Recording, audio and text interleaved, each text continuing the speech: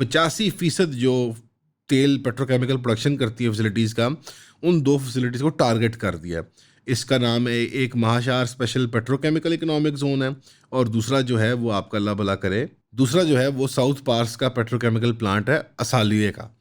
اب یہ اگر آپ کپل کر لیں انرجی انفراسٹرکچر کا حصہ، اور کچھ دنوں پہلے ایران کا سب سے بڑا اسٹیل پلانٹ جو کہ 60,000 لوگوں کو امپلائی کرتا ہے، تو آپ خود اندازہ کر لیں کہ وہ کتنا بڑا اسٹیل کی ڈیمانڈ کو پورا کرتا ہے۔ تو یہ آلریڈی سویلین انفراسٹرکچر کو ٹارگٹ کر رہے ہیں اسرائیلی، اور یہ پچھلے 48 گھنٹے کی ہی بات میں آپ کو بتا رہا ہوں، اور آج کی بات بتا رہا ہوں۔ تو یہ کنسیڈریشن دیکھتے ہوئے لگتا ہے یہ کہ ممکن نہیں ہے کہ ایسی اگریمنٹ ہوئے، اور منگل کا دن جو 8 بجے کا ٹائم دیا ہوا ڈونلڈ ٹرمپ نے، جو نہ صرف ہمارے توہین مذہب اور اللہ کی معاذ اللہ کا نام لیا اس نے ایک بڑی بدتمیزانہ انداز کے اندر، جس پہ کوئی ڈیمارس اور اسٹیٹمنٹ نہیں آئی بائی دی وے کسی مسلمان ریاست کی ابھی تک، ایز آف جب میں ریکارڈنگ کر رہا ہوں، جو کہ شرم سے ڈوب مرنے کی بات ہے، جب ایک زمانے میں ہم فرانس میں ہونے والی ایک آدھی گستاخی رسول کی بنیاد پہ ان کو ڈپلومیٹک لیول پہ بات کر رہے تھے کہ ہم ان کو ڈیمارچ کریں، اور اس ملک کے اندر ایک جوش آ چکا ہوا تھا کہ وہ سڑکوں پہ آ جائیں اور وہ توڑ پھوڑ کر دیں اس ٹائم کی ریاست کی طرف سے جو مینوفیکچرنگ کی جا رہی تھی TLP کی شکل میں۔ تو آج کے دور میں یہ سوال پوچھتا ہوں کہ کیا ہو گیا، ڈیمارچ بھی نہیں کر سکتے؟ کیا یہ وہی ڈونلڈ ٹرمپ نے اس کو میں نوبل پرائز کے لیے ایلیویٹ کیا ہوا ہے؟ تو اس طرح وہ مریم نواز صاحبہ چل رہی ہوتی ہے نا کوریڈور میں، صحافی پوچھتا ہے، وہ کہتی ہے کہ آپ ابھی بھی ووٹ دیں گے ان کو نوبل پرائز کے لیے؟ تو کہتی ہیں کہ میں نہیں جانتی کہ یہ معاملہ کیا ہے، جو بھی شہباز شریف صاحب کر رہے ہیں قوم کی بہتری کے لیے کر رہے ہیں۔ تو ان سے، شہباز شریف صاحب سے، پوری نون لیگ کی کچن کیبنٹ سے، آرمی چیف صاحب سے، باقی سارے اعلیٰ حکام سے سوال یہی بنتا ہے کہ کیا ہم ابھی بھی یہ ڈپلومیٹک پالیسی پرسو کرنا چاہیں گے؟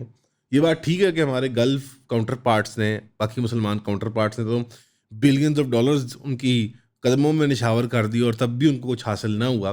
چلے ہم نے تو صرف انگلی کٹوائی اپنے آپ کو انسلٹ کروانے میں، لیکن وہ پھر بھی اس کا وزن بہت بھاری پڑتا ہے۔ اور دوسری جو ہماری ابھی بھی شمولیت ہے، آلدو وہ صرف نامنل ہے، ہونا کچھ بھی نہیں ہے، غازہ پیس بورڈ کے اندر، کیا وقت آ نہیں گیا قریب کہ ہم تھوڑا سا پوسچرنگ میں اپنی ناراضگی کا اظہار کریں؟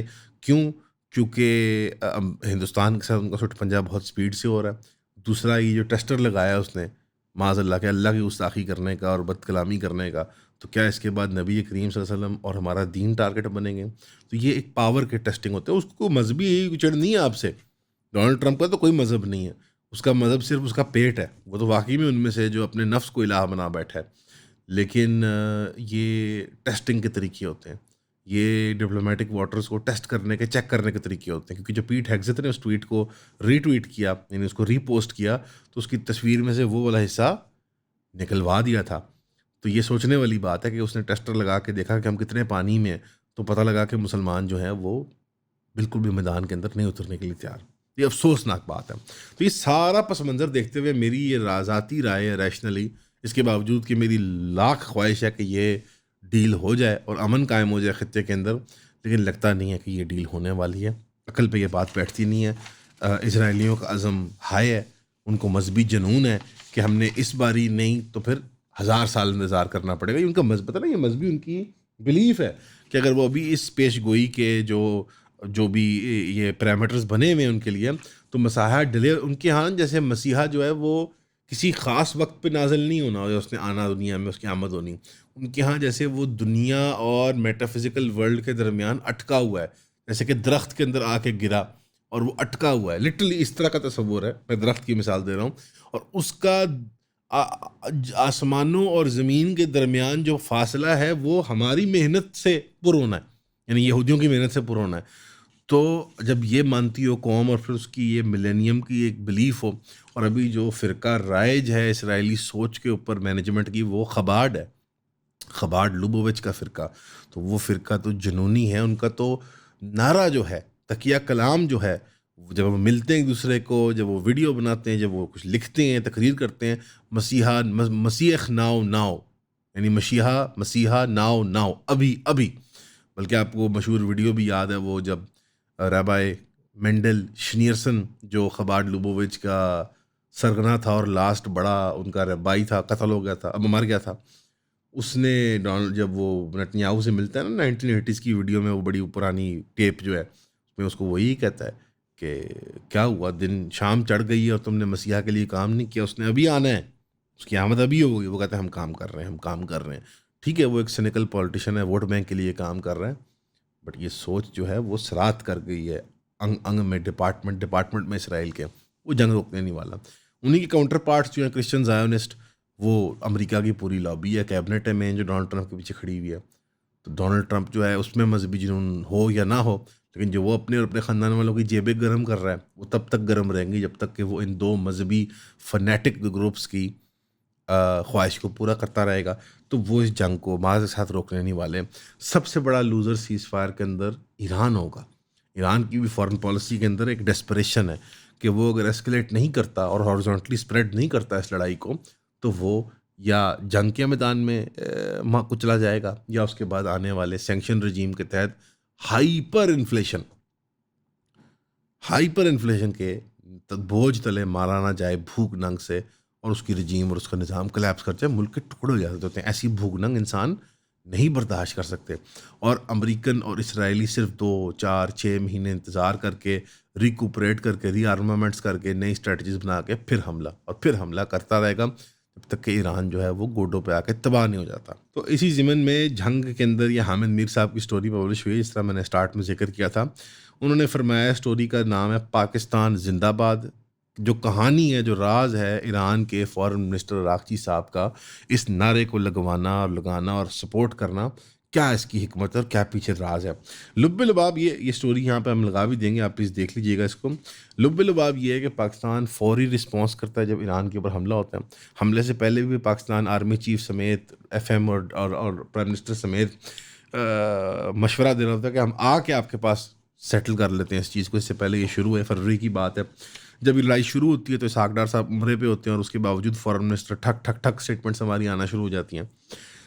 پاکستان اس ملک میں سے ہے جو کنڈمنیشن کرتا ہے، اور اس پہ 2 بڑے کلیم کیے گئے۔ ایک جو بڑی میٹنگ ہوئی تھی ریاض میں فارن منسٹرز کی، اس میں ڈار صاحب ہی ہیں وہ واحد جو اسرائیل کے گریٹر اسرائیل پروجیکٹ کو اور یونیلیٹرلی صرف ایران پر الزام دھرنے کی اسٹیٹمنٹ کو کہتے ہیں اس کو ٹویک کیا جائے، ٹھیک کیا جائے، اور وہ ریزسٹنس دیتے ہیں گلف اور ترکی کے کاؤنٹر پارٹس کو اپنی۔ اور اگر اس بات پہ مجھے تو لگنے لگ گئی کہ یہ بات بالکل درست ہے، بیکاز یہ خد و خال شو کرتے ہیں جو ارد گرد فیکٹرز ڈیولپ ہو رہے ہیں۔ تو اگر یہ بات درست ہے، اور اللہ کرے یہ درست ہو، تو یہ بہت بڑی علامت ہے کہ پاکستان بڑی ایک فارن پالیسی میں میچورٹی دکھا رہا ہے، جہاں وہ اپنے انٹرسٹ کو سامنے رکھ رہا ہے۔ کیونکہ سکویز اور سٹرین تو پاکستان ہوئے گا اس سے بہت زیادہ، لیکن وہ سکویزنگ اور سٹریننگ ایبسولوٹ ڈسٹرکشن کی بنسبت، یعنی موت کو دیکھتے ہوئے بخار بہتر ہے۔ عام طور پہ پاکستان بہت زیادہ آپ سمجھیں لاکڈ انٹو ہوتا ہے گلف کی پالیسی، اسپیسیفکلی سعودی، قطر اور یو اے کی پالیسی کے اندر۔ اس ضمن میں پاکستان کا یہ پش بیک، اور پھر اس کے بعد وہ 5 نکاتی ایجنڈا چائنیز کے ساتھ ڈیولپ کرنا، جبکہ پھر دوبارہ جب یہاں اسلام آباد فارن منسٹرز آئے 4 ملکوں کے، تب دوبارہ پاکستان پہ پریشر ڈالا گیا، تو پاکستان نے فوراً چائنیز کو لیوریج کر لیا۔ تو اس وجہ سے وہ ایرانی جانتے بوجھتے ہوئے یہ کر رہے ہیں۔ اور اس ضمن میں میرے خیال میں وہ $2.5 سے $3 بلین جو سود سمیت یو اے ای نے مانگ لی ہیں ہمارے سے، لگتا ہی ہے وہ اسی بات کی علامت ہیں، یا شہادت دے رہے ہیں کہ یہ بات بالکل ایسی ہی ہوئی ہے۔ تو اگین یہ کوئی بہت حیرت کی بات نہیں ہوگی کہ پاکستان جو ہے وہ اس معاملے میں سٹینڈ لے جائے۔ ہم نے لاسٹ ٹائم ایسا بڑا سٹینڈ لیا تھا گلف کے خلاف، تو یمن کی لڑائی میں نہ حصہ لینے کا تھا۔ میرے خیال میں وہ بھی بڑا درست فیصلہ ہو گیا تھا، اور آج یہ بھی بڑا درست فیصلہ ہونے جا رہا ہے۔ لیکن لاکھ محنتوں کے باوجود اور ایران کی اپریسیشن کے باوجود، عقل یہ کہتی ہے کہ اسرائیل، نہ امریکہ، نہ ایران اس جنگ کی لڑائی کے سلسلے کو روکنا چاہتے ہیں۔ لگتا ہی ہے کہ ان کی خواہش ہے کہ یہ بڑھے۔ نیگوسیشنز کا اور ٹریڈ ڈیلز کا اور جنگوں کا یہ سال ہے۔ اس ضمن میں ارومقی والی جو میٹنگ ہے چائنیز کے ساتھ، جس میں گو بٹوین جو چائنیز اسپیشل انوائے ہیں افغانستان کے، وہ شٹلنگ کرتے رہے ہیں پاکستان میں، کابل اور اسلام آباد کے درمیان۔ انہوں نے اس معاملے کو طے کیا، ان کا نام ہے یو شیائی یونگ۔ انہوں نے بڑی محنت کی حضرت نے، اور انہوں نے پاکستانی سید علی اسد گیلانی صاحب اور افغان محب اللہ واسق صاحب، دونوں جو فارن منسٹریز کو ریپرزینٹ کرتے ہیں، ان کے درمیان جو میٹنگز کا سلسلہ جاری رکھا ہے۔ پاکستان کی 3 انیکویویکل نان نیگوشیبل ڈیمانڈز ہیں۔ نمبر 1، ٹی ٹی پی کو دہشت گرد تنظیم ڈکلیئر کیا جانا، ٹی ٹی پی کے اپریٹس کو ڈسمینٹل کیا جانا، اور اس بات کا ویریفائیبل ثبوت پیش کرنا۔ یہ 3 ڈیمانڈز ہیں، اور ساری کی ساری بارڈر سیکیورٹی سے متعلق ہیں۔ سیاسی لیول پہ پاکستان انگیج نہیں کر رہا۔ اب افغانستان اس کی اب لچک رکھتا ہے کیا وہ ٹی ٹی پی کے معاملے کو once and for all settle کر سکتا ہے؟ Remains to be seen. میری عقل یہ کہتی ہے کہ یہ جنگ ابھی باقی رہے گی، کیونکہ یہ ان کے لیے انٹینیبل ہیں یہ اگریمنٹ کی جو یہ 3 نقطے ہیں، اور ہم نے ان کو بنا دیا ایک پوائنٹ کہ اس کے ہم بیونڈ بات کرنے کے لیے تیار نہیں ہیں. تو چائنیز محنت کر رہے ہیں، ٹرائی کر رہے ہیں کہ اس ریجن کو کلیئر اپ کریں، بیکاز آبویسلی وہ بھی ہورائزن پہ دیکھ رہے ہیں کہ ایران کی جنگ کا جو مرضی آؤٹ کم ہو، جنگ کا گھیراؤ میری طرف لایا جا رہا ہے، اور شاید اگلی انگیجمنٹ ساؤتھ چائنا سی کی طرف سے ہو سکتی ہے، چائنا کے بارڈر کے ارد گرد اور قریب ہو سکتی ہے. پلس اس کو آنے والے دنوں میں پاکستان اور ہندوستان کی بھی جھڑپ نظر آ رہی ہے. یہی گرمیوں کا ٹائم بتایا جا رہا ہے. جو ماہرین ہیں جو دیکھ رہے ہیں پاسچرنگ کو اور باڈی لینگویج کو انڈیا کی اور پاکستان کی، تو چائنا ان سارے فیکٹرز کو کنسیڈر کرتے ہوئے ایک ثالثی کا کردار ادا کر رہا ہے. ہم دعا کرتے ہیں کہ دونوں ثالثیاں جو ہیں، ایران کی 5 پوائنٹ ایجنڈا ہو، افغانستان کے معاملے کو لے کے 5 پوائنٹ ایجنڈا ہو، یہ جلد قبول ہے، بیکاز یہ تکون شیپ میں 3 ہم جو مسلم ملک ہیں ان کا معاملہ جو ہے وہ بڑا وہ ضروری ہے کہ آپس میں مل جائے.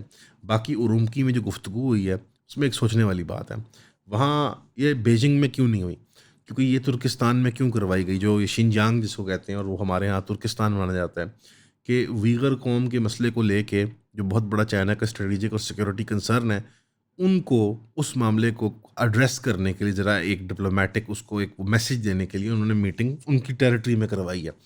کیونکہ افغانستان کو یہ سمجھا جاتا ہے کہ اس نے پناہ دی ہوئی ہے ویغر فائٹرز کو چین کے معاملے میں، اور وہ واپس نہیں کر رہا. اور دوسری بنسبت ایون پاکستان کا ایک تاریخی تعلق ہے، جہاں حج وغیرہ اور یہ سب سلسلے ویغر قوم کے پاکستان سے چلا کرتے تھے.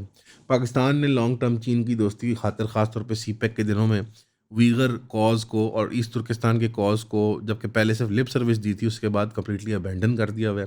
افغانوں کے ہاں وہ جیسے ایک لیوریجنگ ٹیکٹک کے طور پہ ابھی باقی ہے. تو اگر یہ 2 ملک آپس میں لڑتے نہ ہوتے، کیونکہ چین تو ہمارا کوئی سگا نہیں ہے، to be frank with you, وہ بھی ایک ملک ہے صرف ممالک میں سے کافروں کے، اور ہمارا بینیفیکٹر ہے جغرافیائی مجبوریوں کی وجہ سے.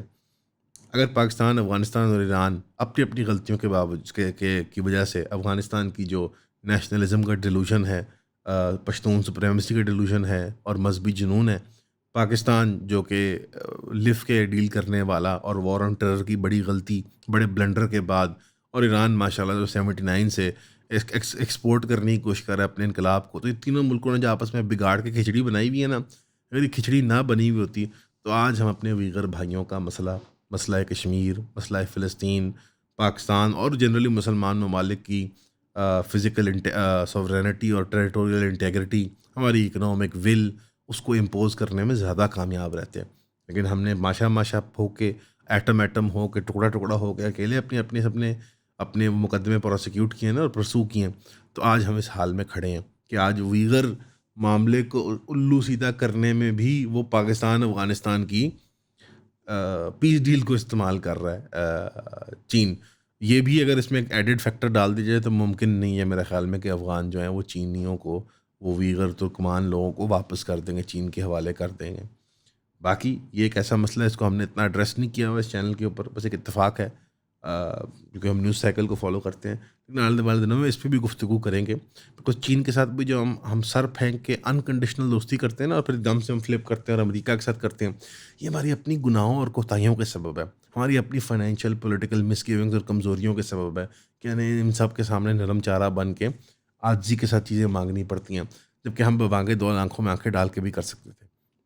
اور اس میں کسی پرائم منسٹر یا کسی آرمی چیف یا ان کسی بڑے اعلیٰ حکام کے تبدیل ہونے میں کوئی فرق نہیں آتا، کیونکہ بحیثیت مجموعی ہمارا سسٹم اتنا ڈومیسٹکلی کرپٹ ہے اور کھوکھلا ہے کہ وہ کسی فورن ایڈورسری یا دوست کے سامنے بھی ود اسپائن، ود دلیری، ود کانفیڈنس بات کرنے کے لیے تیار نہیں ہے. وہ لف کے ڈیل کرنے والا ہی نظام ہے. بہرحال ابھی کچھ اسپائن پاکستان نے دکھا دیے ایران کے معاملے میں، کیونکہ ایگزسٹینشیل مسئلہ بن گیا ہے ہمارے لیے وہ. تو اللہ کرے یہ ہمارے فیور میں بات چلی جائے. ہمیشہ کی طرح سننے کا شکریہ. السلام علیکم.